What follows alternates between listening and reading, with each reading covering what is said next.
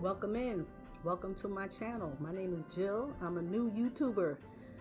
You can call me Jill. You can call me the quintessential Queens girl. That's really who I am. As much as I watch YouTube, I figured it's time for me to start my own channel. What the hell? Why not? Why not? I got a lot of shit to say. I'm 64. Blessed.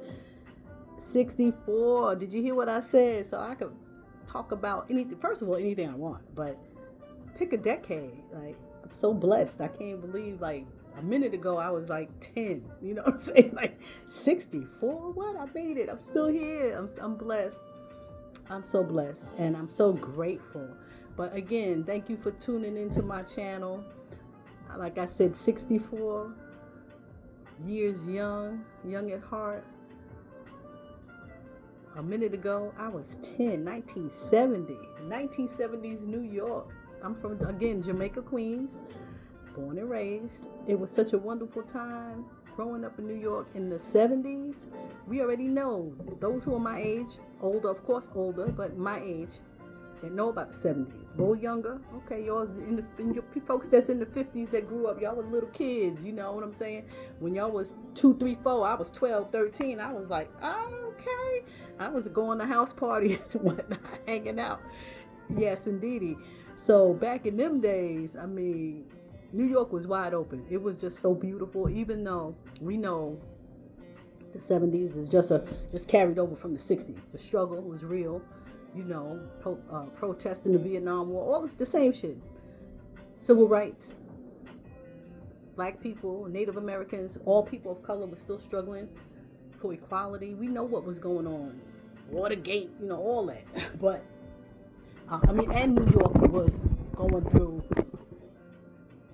bankruptcy, you know, as they call urban decay. You know, a lot of our young men, young black men came home strung out, addicted to their heroin, and you know, addicts galore in New York in the 70s when I was coming up. But it still was like a glorious time. It was so much freedom. I mean, I'm just going to speak for me. It was so much freedom growing up in New York City in the 70s. I mean, in New York, of course, you know, New York, it's always an adventure. It's always, you don't know what's going to be around the corner. You don't know what you're going to get into for the day.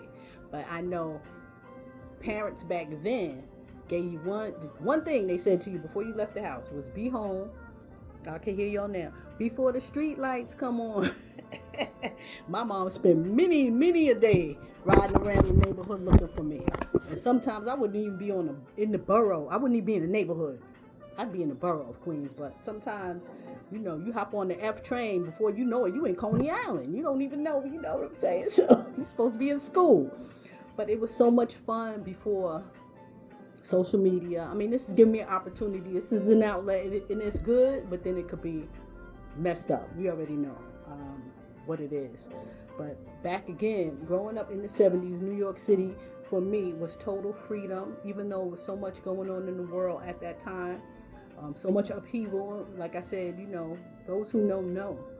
But for us teenagers, we were free to roam, you know, and go into other neighborhoods and roam and explore the city. And half the time your parents didn't know where you was, you know what I'm saying? Like nowadays, parents got the the GPS, the smartphone GPS tracking their teenagers. They would be horrified, like some of the stuff we was doing, like rolling out, you know. And for me, where I live, in order for me to get to the city, as we call Manhattan, when you grow up in Queens, I had to take a bus, then get on the subway to make it to Manhattan. And once I discovered Greenwich Village, that was a wrap. It was a wrap. And Harlem, going up, either I was going uptown or I was going downtown, one or the other. At 16, I got me a fake ID. I'm rolling up in clubs. Disco. We already know disco. Staying alive, all that shit. But I was going into underground clubs down in the village with fake IDs when I was 16, hanging out, yo. Hard. Coming out, sun's up, Sunday morning. The church folks going to church, and I'm on the subway going back to Queens, broke down. Just sweated out my perm, just feet hurt, swole up. Sometime I done bust out my shoe, all that, heel off, all that shit. On the train, going home, and I gotta face the music. I'm 16. My mother was not having it. Like, are you serious? Like, who do you think you are, Missy? But back then it was no fear. I can't remember ever being afraid. All the crazy stuff, being reckless, I guess. And teenagers, we think we invincible anyway. So just never had fear. Just, yeah, okay. And the club don't start. I'm leaving home at 10:30, 11 o'clock at night and getting on the bus and then getting on the train and make it down to the village. You know what I'm saying? With no fear. None. Because it's party time. But nowadays, it's just so different. It's just the world has moved at a different pace, as we know. I just think back on getting nostalgic. Like, I remember the phone. How many phone numbers did I remember? Like, there was no contact list. You know what I'm saying? There was no cloud. We remember, and God forbid, I had a pen pal or somebody I was trying to keep in touch with that lived, long distance. I actually had to handwrite a letter, get a stamp, and mail that bad boy and be anxious waiting for it to come back. That's how we communicated back in the day. So things were so different and simplistic, and things were easy. It was so much fun. Again, fun, because I like to have fun. I like to party, talk a lot of shit, mucho shit. People that know me, just being happy. As you can see the smile, I try to stay in a posture of gratitude, which has been difficult lately, but I'm gonna make it through, because I always land on my feet, and I know the Most High. I know He got this. I know my ancestors got this, so I know I'm gonna be all right.